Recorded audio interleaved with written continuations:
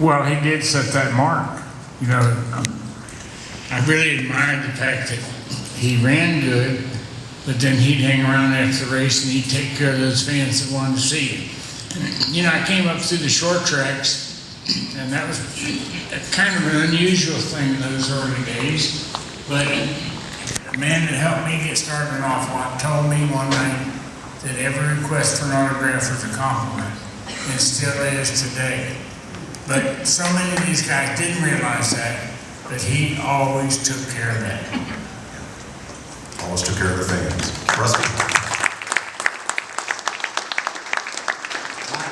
My answer is much like Bobby's. I mean, there's a lot of good drivers out there. We all want to beat each other. We all want to run up front. We all want to do that type of stuff for sponsors and all that. But man, when it's all said and done, we got to take care of those fans. And Richard was always there at the very end for that. So, I mean, I would stand back and watch him. And I don't know if you guys have ever looked at a Richard Petty autograph, but it's very, very ornate. I mean, it's beautiful. The way he signs, he doesn't scribble his name. He signs his name. And there's a lot of meaning behind, I personally think, Richard, how you sign your name and what you mean by that. So, my mother told me, she said, you know, why is it when you sign your name, I can't make anything out? But when you sign an autograph, I can make your name out just absolutely perfect. I said, Mom, I learned that from Richard Petty. I just sign my name, and if I can't read it perfect, I got a problem with that. But when I'm signing a check, I can barely read it. But Richard's taught me a ton. He really has. And if I could sum it all up real quickly, I mean, he's the king on the track. There's no doubt about that. He had the greatest cars, the prettiest cars. He was ultimately the first-class dude. But man, what he did for those fans, I'll never forget. I just in North Wilkesboro, like Kyle said, and Jeff won a ton of races there, and we all did. But I'd sit up there after the race, and there'd be an old chain-link fence, and Richard would be leaning against that and signing every single fan until everybody was gone. That meant a lot to me. I learned a lot from Mr. Petty. And I mean that, I really mean that. Jeff?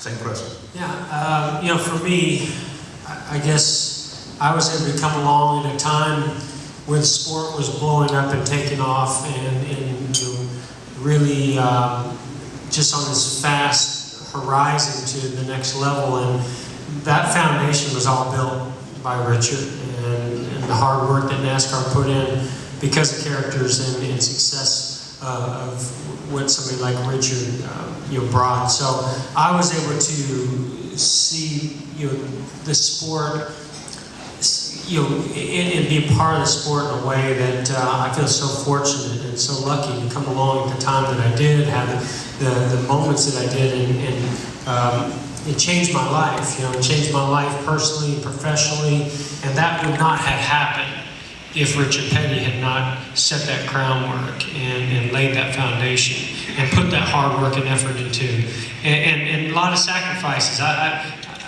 I saw that wounded wing of yours after some pretty nasty wrecks along the way, yet you still got in there and did your thing. So thank you, Richard, for the sacrifices, for the commitment, and for how you changed people's lives like myself. And now these young kids that are coming along, you know, these days, those things are happening and they're living out their dreams as a race car driver because of you. That's the Petty way. Because you and Richard were teammates for quite a number of years at Petty Enterprises. Was it difficult to separate the king from Dad? Good question. I'm going to go back to one thing that Mike said about calling to the woodshed, bringing to the thing. I got to tell y'all this story. One time, Gary Nelson had an issue with my dad. They called him up in the front of the truck. Gary was the head of Gary was the head of the series issue. So he gets to arguing, and it's really a one-sided argument because basically when you argue with Richard Petty, he doesn't do much talking. You're just arguing with yourself. So Gary said, tell you what I'm gonna do. I'm gonna take your pass. I'm gonna take your pass so you can't come back in here. And my dad said, okay. Got up and got ready to leave, and Gary said, let me have it. My dad said, when I get home, I'll have the secretary send it to you. I hadn't carried a pass in 20 years.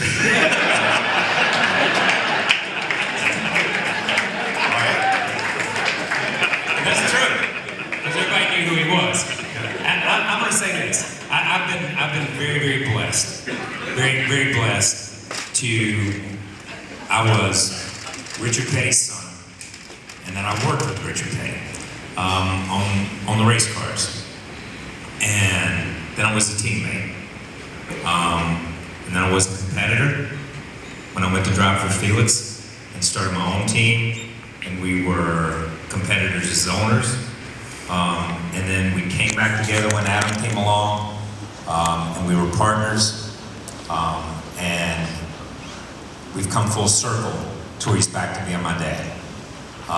So the way I look at him is different than my sisters look at him, and that a lot of people do, because I love him with all my heart, and on so many levels, When you have parents, and you guys have kids, and that when you respect everything they do, everything. And I think listening to you guys talk make me so proud to hear you talk about my father that way. Because the one thing that I don't think that has ever, that even as competitors you don't understand about Richard Petty is that first and foremost of this sport, of motorsports in general, but NASCAR in particular, he is the biggest fan. He is a fan himself. He'll be 80 years old. He still drags to a racetrack every weekend.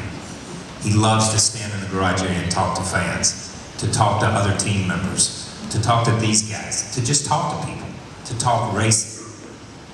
Without racing and cars, he's not Richard Petty. And that's hard to understand. That's hard to grasp, the passion and the love and the depth of that love that he has for this sport. And I think that's why when you saw him, when we were little, when my other two sisters, my sister Rebecca's here, but when my other two sisters, Sharon and Lisa, we would sit in the infield, and Bobby knows it, and Donnie knows it. We'd sit in the infield, and granted, there were 15, 20,000 people that come to Wilkesboro. It wasn't like it is today. But we may be one of the last 2 or 3 cars to leave a racetrack.